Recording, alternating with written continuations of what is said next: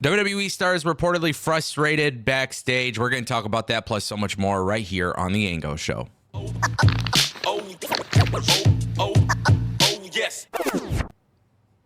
All right, guys, you already know the drill. We got a giveaway at 100,000 subscribers. If you're new here, click subscribe. We're going to do a live stream once we hit 100,000 subscribers, giving away a World Championship replica belt.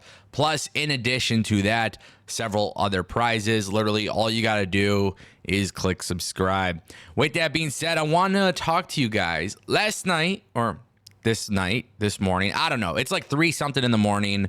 The time got pushed forward, whatever. But I was watching UFC 299. So was Rhea Ripley and Buddy Murphy.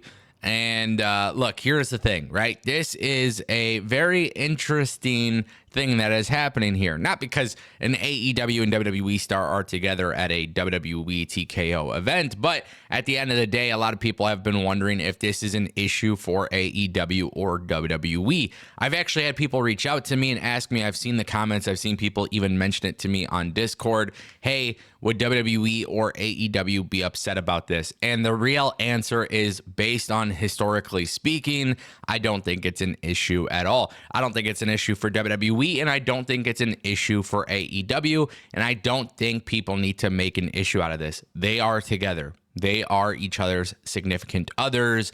They are obviously going to be at events together. And this is not necessarily a shocker, right? We saw at the WWE Hall of Fame last year, Andrade and Charlotte together. Andrade was in AEW at the time. These things don't matter. Obviously, the big concern that people should have is whether or not, like, for example, WWE, if you were to see a AEW star in the crowd supporting their significant other, in this case, let's say Buddy and Rhea, if Buddy was in the crowd, you know, and then WWE showed him or something like that, okay, maybe it's a little bit different. But I go back to what Lex Luger was saying about WWE on Busted Open Radio. You know, he said WWE was very classy. He was allowed to go to Sting's last match. It didn't seem to be a concern for WWE that he was there. They just said, hey, don't be on camera.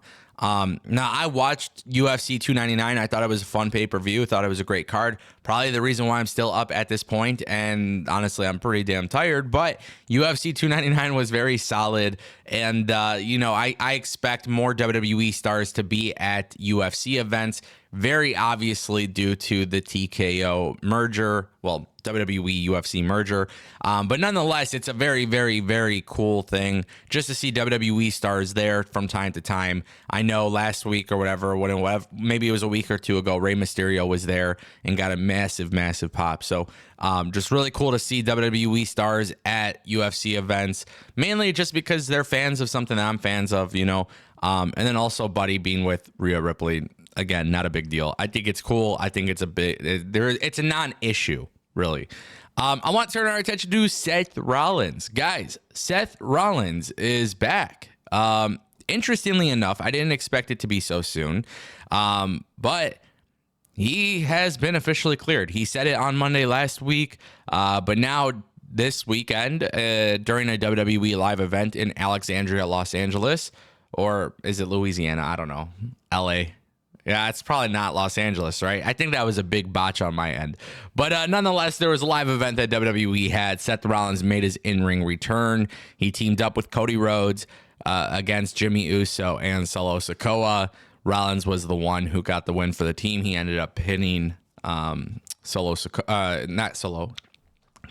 ended up pinning Jimmy Uso. And you know, it was actually really cool. Team Cody at Team Cody _ on Twitter actually posted the video. And there was actually a really cool sequence on the video too, of some footage. So Seth Rollins goes for the curb stomp. Cody Rhodes goes for the finish. I don't know why I can't. The crossroads. I almost had a brain fart right there. But Cody Rhodes goes for the crossroads right after the stomp or whatever. Just really cool. Nice to see them tag team based on their storytelling. Obviously, Seth Rollins being cleared this soon. I'm shocked, realistically. I'm really shocked. I don't know if WWE is going to have Seth work a lot of matches prior to WrestleMania, nor do I think they should. I don't think they should really increase the risk here. but he's cleared. And just remember, at one point, we all thought that maybe Seth Rollins would be missing WrestleMania. So Seth Rollins is back. He's cleared for in-ring return.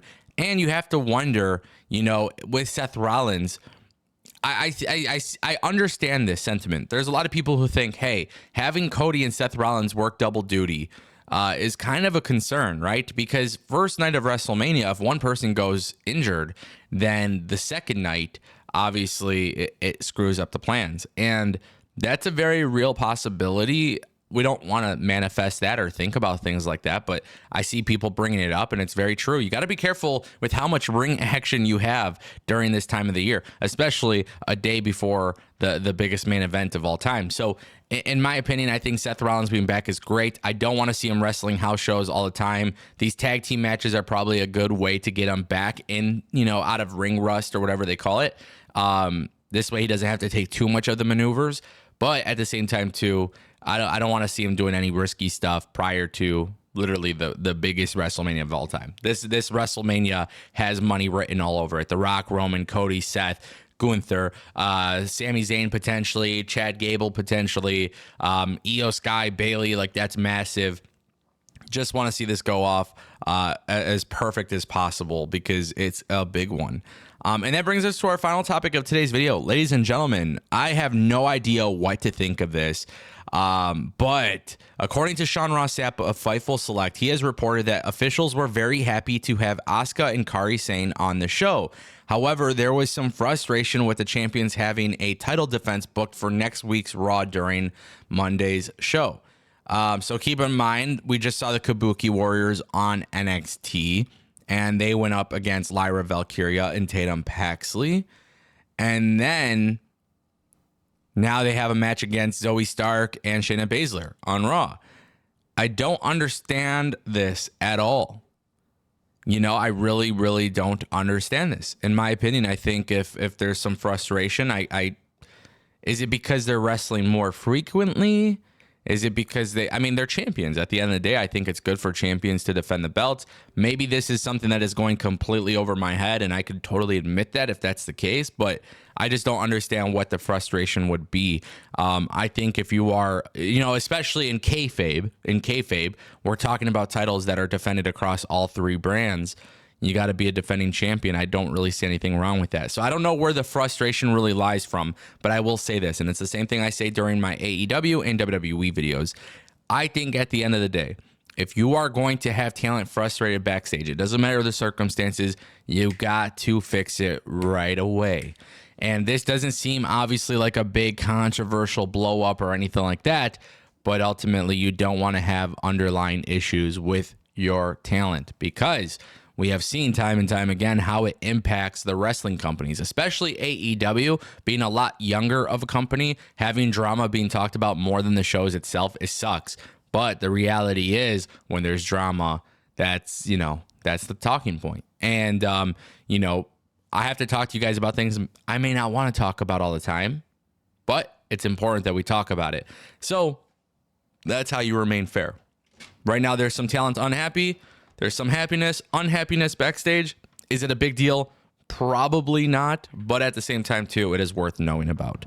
Ladies and gentlemen, thank you for watching The Ango Show.